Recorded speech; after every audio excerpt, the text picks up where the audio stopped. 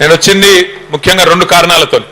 ఒకటి, ఈ జూన్ 25 నుంచి ప్రారంభమయ్యే ఎస్ఐఆర్ అనే కార్యక్రమం గురించి మీకు కొంత అవగాహన ఉండాలి. బూత్ లెవెల్లో మరి యుద్ధం చేసేది మీరు, రేపు పార్టీని తిరిగి అధికారంలోకి తెచ్చేది మీరు, కాబట్టి తప్పకుండా మీకు ఆ విషయంలో కొంత అవగాహన కల్పించాలన్న ఉద్దేశం నంబర్ 1.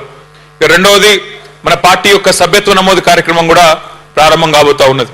కాబట్టి ఆ విషయంలో కూడా మీకు కొంత సమాచారం ఇవ్వాలి. దయచేసి తిరిగి పార్టీని అధికారంలో తెచ్చుకుంటేనే రాష్ట్రానికి మనకు భవిష్యత్తు ఉంటుందనే మాట మీకు గుర్తు చేయాలన్నది రెండవ ఉద్దేశం. ఇక్కడ వచ్చేటప్పుడు కాకపోతే అదేదో సోషల్ మీడియాలో చూసిన రేవంత్ రెడ్డి గారు, మన గౌరవ ముఖ్యమంత్రి గారు నిన్న ఏదో మాట్లాడిండంట.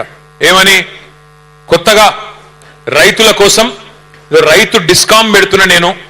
రైతు డిస్కాం ఇప్పుడు కరెంటు చక్కగా వస్తలేదు, రేపు బాగా ఇద్దామని పెడుతున్నా అని చెప్పి, నేను పెడుతున్నా అని చెప్పి ఏదో చెప్పినట్టుగా నేను సోషల్ మీడియాలో చూసిన. నేను ఈ సందర్భంగా మిమ్మల్ని అందరిని అడుగుతా ఉన్నా, ఒక్కసారి గుర్తు తెచ్చుకోండి.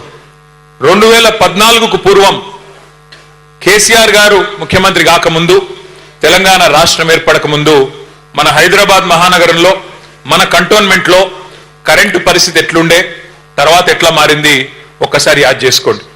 2014కు ముందు ఏ అపార్ట్మెంట్కు పోయినా, ఏ ఫంక్షన్ హాల్కు పోయినా, ఆఖరికి ఒక జిరాక్స్ దుకాణానికి పోయినా ఆ డీజిల్ గబ్బు లేకపోతే ఇన్వర్టర్లు కనబడేది. ఎక్కడ పోయినా ఎండాకాలం వచ్చిందంటే మధ్యాహ్నం పంక కూడా తిరగని పరిస్థితి. నేను చెప్పేది కరెక్టా కాదా? ఎక్కడ ఎంత దారుణమైన పరిస్థితి అంటే, హైదరాబాద్ లో సామాన్యులు కాదు, ఆఖరికి పారిశ్రామికవేత్తలు, పరిశ్రమలు నడుపుకునేటోళ్ళు కూడా చివరికి కరెంటు లేక వారానికి 3 రోజులు పవర్ హాలిడే ఇచ్చుకొని పరిశ్రమలు బంద్ పెట్టుకున్న పరిస్థితి. కార్మికులకు పని చేద్దామంటే కూడా పని దొరకని పరిస్థితి. అట్లాంటి పరిస్థితి నుంచి కేసీఆర్ గారు వచ్చినాక కేవలం 6 నెలల్లో 65 ఏళ్లలో కాంగ్రెస్ ప్రభుత్వం చేయని పని, 65 ఏళ్లలో కాంగ్రెస్ ప్రభుత్వం చేయని పనిని 6 నెలల్లోనే చేసి 24 గంటల కరెంట్ ఇచ్చిన నాయకుడు ఎవరు? కేసీఆర్. ఒక ఇళ్లకే కాదు, పరిశ్రమలకే కాదు. జరా బయట जाओ ना भाई, क्या कर रहे तुम लोग, बैठ जाओ भाई मेरे, बैठ. ओ हीरो बैठ यार, बैठ जा, कहीं गड़बड़ చేయ. మీరు కూడా కూర్చోరు తమ్మి, కూర్చోరు. 24 గంటల కరెంటు కేవలం పరిశ్రమలకు, ఇళ్లకే కాదు. భారతదేశంలో 28 రాష్ట్రాలు ఉన్నాయి. 28 రాష్ట్రాలు ఉన్నాయి. కోట్ల మంది రైతులు ఉన్నారు. కానీ 79 ఏళ్ల భారతదేశ చరిత్రలో వ్యవసాయానికి ఉచితంగా కరెంట్ 24 గంటల కరెంట్ ఇచ్చిన నాయకుడు ఎవరు?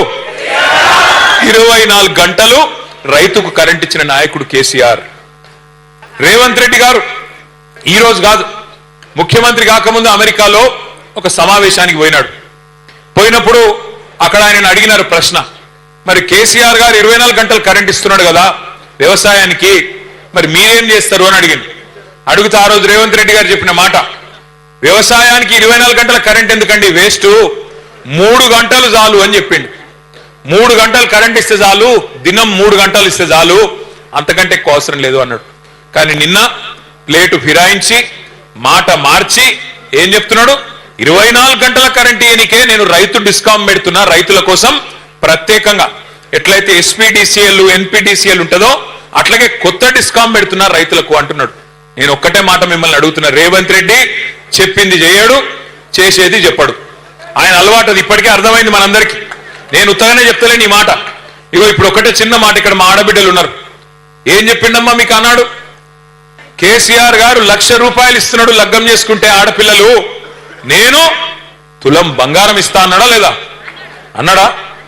తులం బంగారం ఇచ్చుడు కాదు, అగో తెలంగాణ తల్లి ఉన్నది అక్కడ, ఆ తల్లి నెత్తి మీద కిరీటం ఎత్తుకపోయిండు, వడ్డానం కూడా ఎత్తుకొని పోయిండు, అవి కూడా మాయం చేసిండు. బంగారం కిరీటం ఎత్తుకపోయిండు, బంగారం వడ్డానం కూడా మాయం చేసిండు. గంత దొంగ. తులం బంగారం ఇచ్చుడు కాదు, మీ మెడల పుస్తలతాడు గుంజుకోకపోతే వాడే మంచోడని చెప్పిన నేను. కొంతమంది నమ్మిర్రు, కొంతమంది నమ్మలేదు. హైదరాబాద్ లో మీరు ఎవ్వరు నమ్మలే. కంటోన్మెంట్ లో ఆ రోజు లాస్యా నందిత పోటీ చేస్తే 18,000 ఓట్ల మెజారిటీతో మీరు కూడా ఆనాడు గులాబీ జెండాని గెలిపించిండ్రు. మీరు కూడా చెప్పినారు మళ్ళీ కేసీఆరే ఉండాలి, కేసీఆర్ ఉంటేనే హైదరాబాద్ బాగుంటుందని చెప్పింది. ఎందుకు చెప్పింది? మీరు కంటోన్మెంట్ లో పని జరిగింది కాబట్టి. మీరు అనుకోలే అన్నాడు, కంటోన్మెంట్ వేరు, ఈ బోర్డు వేరు, ఇది మిలిటరీ వాళ్ళ చేతులు ఉంటుందట, రాష్ట్ర ప్రభుత్వం చేతిలో ఉండదట అనే ఒక కథ ఉండే ఇక్కడ.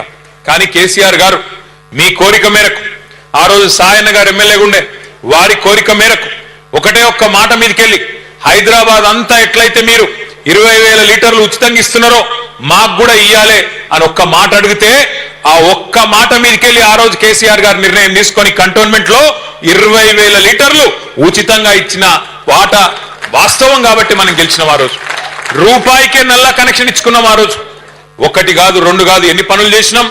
మీ మిలిటరీ వాళ్ళు సతాయిస్తుంటే మాటి మాటికి రోడ్లు బంద్ చేస్తుంటే నేను తిరిగిన ఉత్తరాలు పట్టుకొని ఆ కేంద్ర మంత్రుల చుట్టూ రక్షణ మంత్రులు, సార్ ఇట్లా మీరు రోడ్లు బంద్ చేస్తే హైదరాబాద్ లో ఆగమాగం అవుతుంది, మా కంటోన్మెంట్ లో ప్రజలు ఆగమాగం అవుతారు, ఇష్టానుసారంగా అడ్డగోలుగా రోడ్లు బంద్ చేయొద్దు మీరు అని డిమాండ్ చేసినాం. మనం ఆఖరికి ఈడికెళ్ళి మన జుబ్లీ బస్ స్టాండ్కి వెళ్ళి అటు షామీర్పేటకు పోయేందుకు మనం పెద్ద ఫ్లైఓవర్ కడతామంటే జాగా ఇయ్యలే. చాలా కాలం 5 కేంద్ర మంత్రులను కలిసినాం, బతిమిలాడినాం.